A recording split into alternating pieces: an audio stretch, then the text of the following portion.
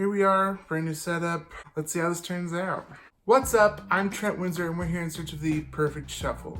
It's time for another segment of Clearing Out the Archives where I shuffle my music and whichever album pops up, that's the album I review song by song. If a song is more than 50% skippable, if I would skip it more than half the time, I say get rid of it. But if it is less than 50% skippable, if I would listen to it half the time, I say add it to your perfect shuffle. It's a good addition. I was gonna come on here and say that I was really grateful for 50 subscribers, but then someone unsubscribed. So, tell your friends. Last time we shuffled our music and the album that came up was the self-titled album, 3 Days Grace by 3 Days Grace. When I was in middle school, God blessed the earth with a little thing I like to call Guitar Hero. And the reason I like to call it Guitar Hero is because that's what it's called. I really loved Guitar Hero and it opened me up to a lot of new music and really got me listening to music pretty regularly. As most other Midwestern white boys, in high school I really got into hard rock, metal, new metal, all that kind of angry white boy stuff. Then when I was about 15, something happened that would change my world forever. I saw 3 Days Grace live. This was my very first legitimate concert other than Trans-Siberian Orchestra, but since that's kind of a Christmas thing, I'm not really counting that. But it definitely would not be my last concert. I absolutely loved it.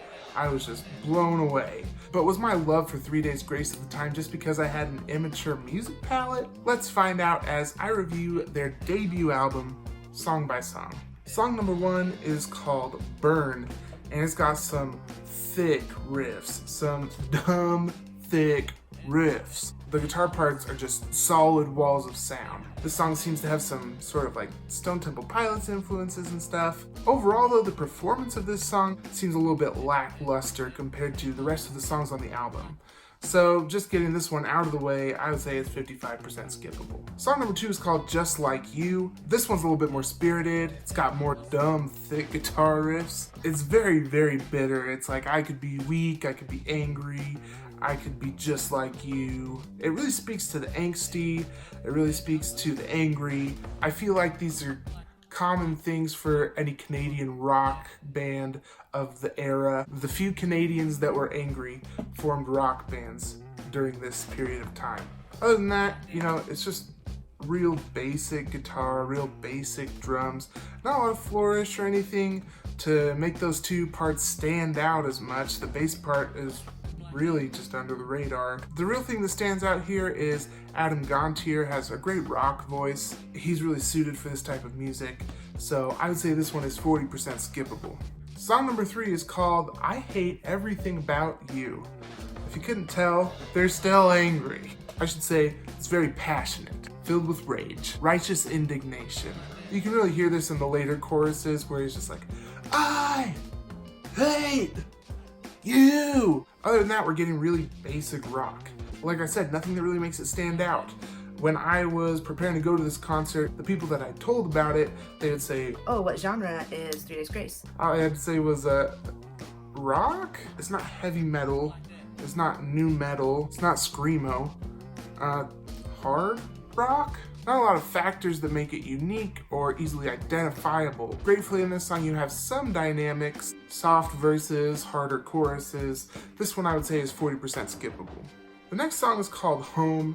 We start right out with the hard-hitting, chunky guitar. Here come that chunk. There's a lot more energy in this one, but the same amounts of angst. This is the most passionate delivery so far. Here we get a lot more dark themes, domestic abuse, or at least heavy domestic dispute. Gives it a really gritty vibe, really dark feel to it. I would say this one, just because of the extra energy and those nice guitar riffs at the beginning, this one is 35% skippable. Song number 5 is called Scared, and this one actually has the most captivating melody so far. In my opinion, a good rock song really catches you with a hook, something that you can hold on to. Rock bands are not always the best at writing songs, but if they can at least get a catchy hook in there, something that will stick in your mind, then you're set. On this song, they do well. They crafted the song well enough that the hook catches me and the rest is captivating enough to keep me engaged. So this one I would say is also 35% skippable. Here's where the album starts to go downhill. Song number 6 is called Let You Down. And this one is like really confusing to me. The chorus has these weird little high-pitched dings or bells or something. It comes in between the hard-hitting vocal delivery and guitars from the band. So it's just like, I will ding, ding, ding, let you down. It doesn't work. The melody is bland. It's memorable for all the wrong reasons. I would say this one is 75% skippable. Song number 7 is Now or Never.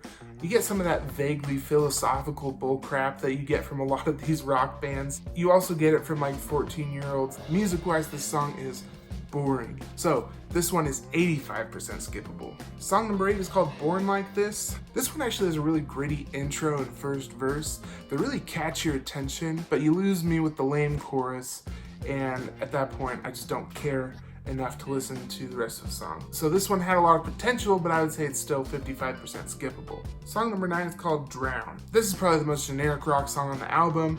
It could honestly have been some B-side backlog for any of the rock bands of this era. Is this Stained? It's Trapped, Shine Down, Sick Puppies, Disturbed, Buckcherry, Breaking Benjamin. It honestly could have been any one of these bands just from hearing it the first time. So this one I would also say is 75% skippable. Song number 10 is called Wake Up. It's a pretty cringy ballad. He's pounding on her door saying, wake up, I've changed, I won't hurt you anymore. You're at her door and you're pounding while she's sleeping. She didn't know you were coming, presumably. Have you really changed? It's pretty. So this one is 90% skippable. Song number 11 is called Take Me Under. Man, I just am struggling to find things to say about these songs because it's just basic rock. It's very generic. Nothing sticks out at all about this song, so I would say it's 75% skippable. Song number 12 is called Overrated. It's a half-hearted attempt to create an anti-establishment rock song. It's still pretty generic. It still is just falling right in that rut. You know, 3 Days Grace have just carved themselves a rut. And in the back half of this album, they're super content to just fall right in it and never deviate from what they're comfortable with, never try new things. They really just fall right there. And unfortunately, their rut, their groove, their wheelhouse isn't serving them very well. So back to Overrated, which I think sums up a lot of the songs on this album. I would say this one is 75% skippable as well. That's all the songs on the album. Adding everything up, mathematically speaking, this one is 61% skippable. Ooh, here's the bottom line. 3 Days Grace suffers from a shortcoming that almost every single rock band that was in this era, in their class at this point in time, really suffered from, which was poor songwriting.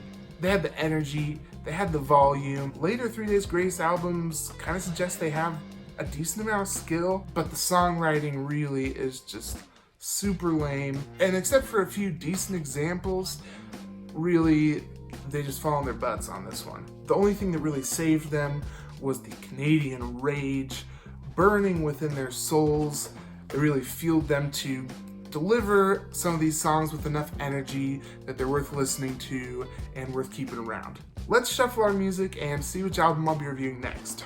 Alright, we're just going to go into our music library here, go to albums, and hit shuffle.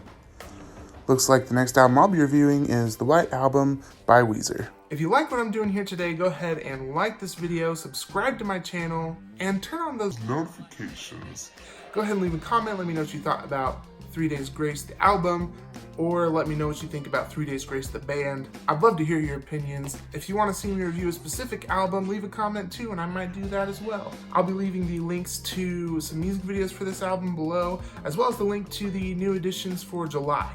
I didn't do a video because I was moving and I'm really behind on that kind of stuff, but I promise I'll do my best to catch up and get you a video for August. If you're feeling like you're not getting enough of that, you can always check out my radio station on Stationhead app.